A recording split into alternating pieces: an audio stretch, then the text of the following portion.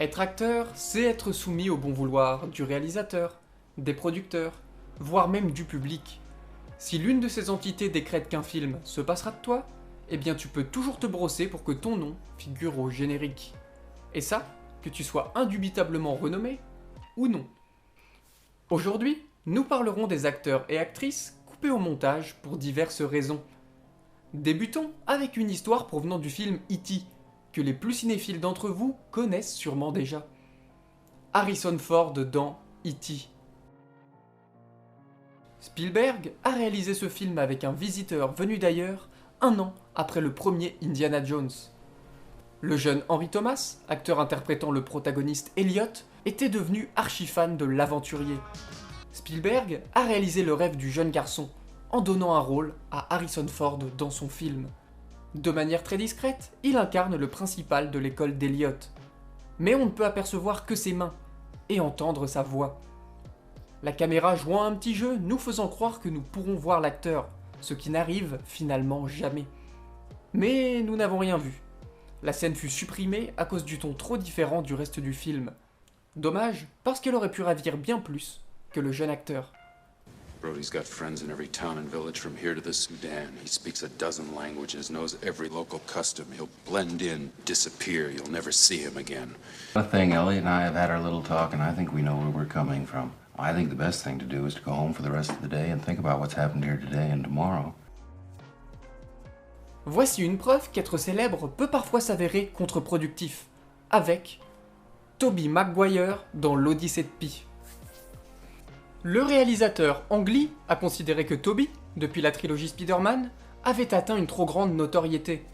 Il aurait ainsi fait de l'ombre aux autres comédiens, surtout avec un rôle minime. Il a donc été remplacé par l'acteur britannique Rafe Spall, une tête moins connue du grand public. L'autre raison est que le réalisateur taïwanais voulait un casting entièrement international, donc non américain, critère que Tobey ne respectait pas. Et qui justifie d'ailleurs la présence de Gérard Depardieu dans le film. Ah. Pas de problème. Pour conclure sur une anecdote supplémentaire, à l'origine, pour interpréter l'écrivain Yann Martel, Ang Lee hésitait entre 2 acteurs, Tobey Maguire et Andrew Garfield, un autre Spider-Man.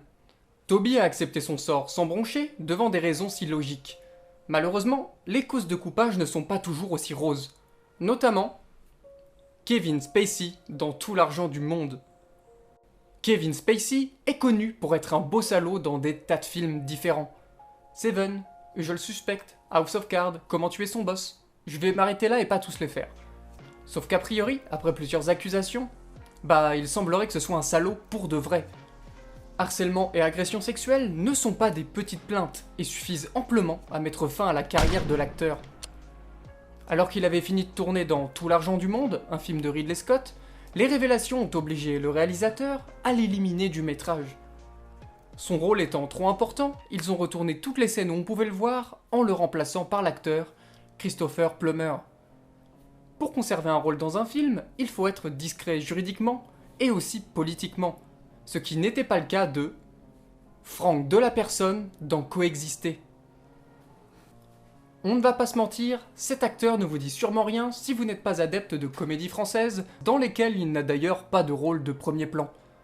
Franck est un des rares acteurs à se revendiquer ouvertement pro-RN, au point de monter sur scène pour soutenir Marine Le Pen pendant un meeting du FN en 2017.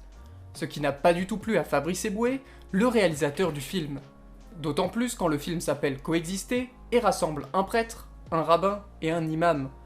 Il a donc retourné les scènes avec un autre acteur. Ce n'était pourtant pas la première collaboration des 2 hommes, Franck jouant un esclavagiste dans Casse Départ. Fabrice Eboué a ironisé que quand Franck disait « J'adore le script », il ne pensait pas que c'était du premier degré. Mais il est loin d'être le premier Français remplacé dans un film. On a aussi entre autres Gilles Lelouch dans Sherlock Holmes, Jeu d'ombre. Que vient faire Gilles Lelouch dans un blockbuster américain réalisé par Guy Ritchie? Plusieurs séquences se déroulant en France, le réalisateur de Snatch a sollicité Gilles pour un rôle, sûrement grâce à sa nomination au César pour Les Petits Mouchoirs.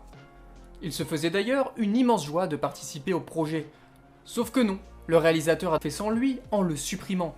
expliquant que les scènes se déroulant en France n'étaient pas nécessaires au montage final. Mais Gilles explique avoir reconnu son rôle dans le film. J'ai été remplacé. En fait, ils m'ont appelé, ils m'ont dit Gilles, les scènes qu'on a fait ensemble, il faudra les retourner. Donc, il y a un mois de retake sur le film. Est-ce que tu peux être avec nous la semaine prochaine, 2 jours? Je dis je tournais le film de Claude Miller, Thérèse Desquerou. Je dis non, la semaine prochaine, je peux pas. Bon, merde. Mince. Bon, on va revenir vers toi, on me tient au courant. Jamais eu de nouvelles. Et puis, j'ai eu l'agréable surprise de voir qu'il m'avait remplacé.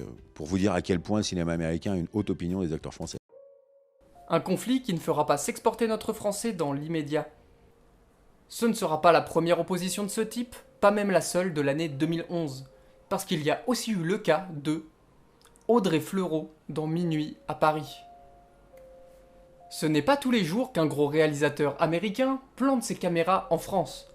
Alors quand Woody Allen décide de venir à Paris pour son prochain long métrage, c'est l'effervescence chez les acteurs français.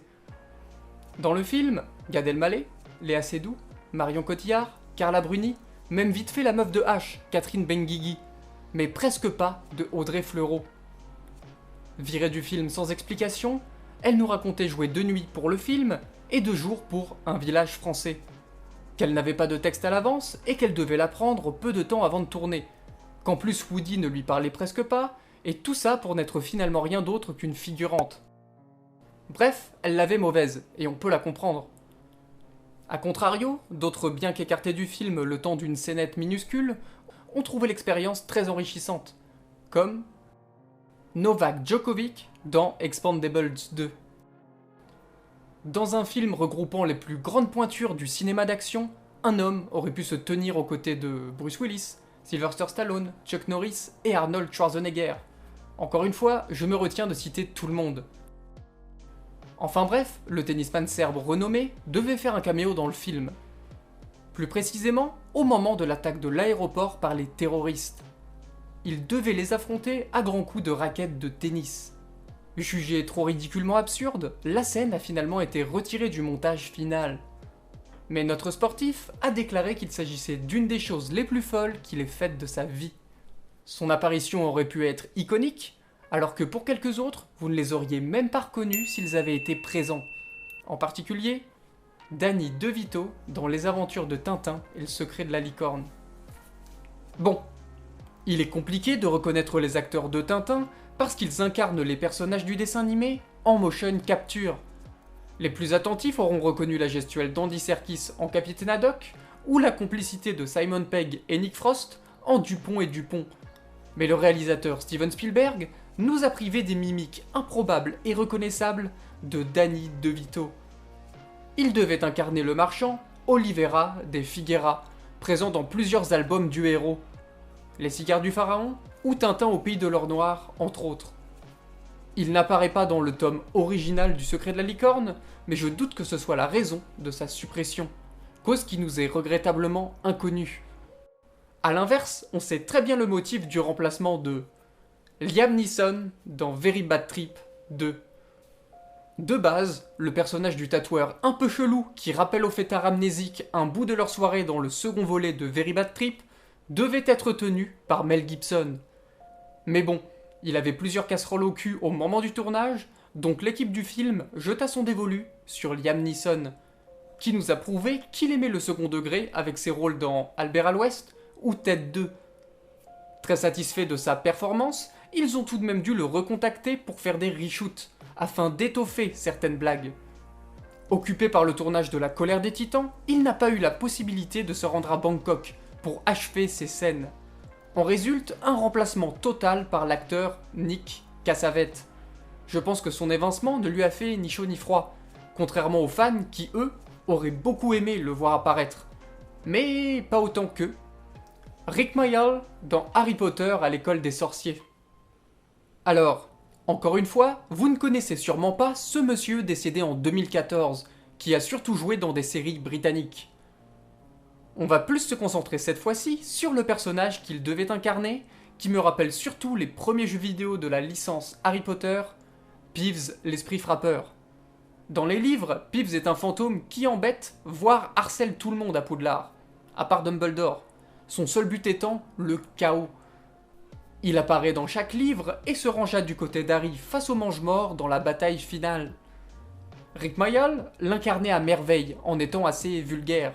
Ses prouesses à l'écran dérangeant même énormément les jeunes acteurs. Then I went home and I got the money, significant. And then, a month later, they say, Rick, sorry about this. What? You're not in the film? I go, what? So we've cut you out of the film. See, I think it was 3 weeks later. I was in the film for 3 weeks, and then they cut me out. Quoi qu'il en soit, il figure comme l'un des dommages collatéraux de l'adaptation. Les rushs le montrant n'ont à ce jour jamais été révélés. La prochaine adaptation lui laissera peut-être une autre chance de briller.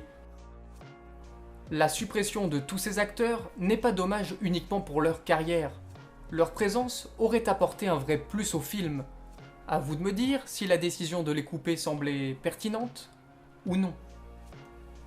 Voilà, merci d'avoir regardé la vidéo jusqu'au bout. N'hésitez pas à me dire quel acteur vous auriez préféré voir, et si vous voulez une seconde partie.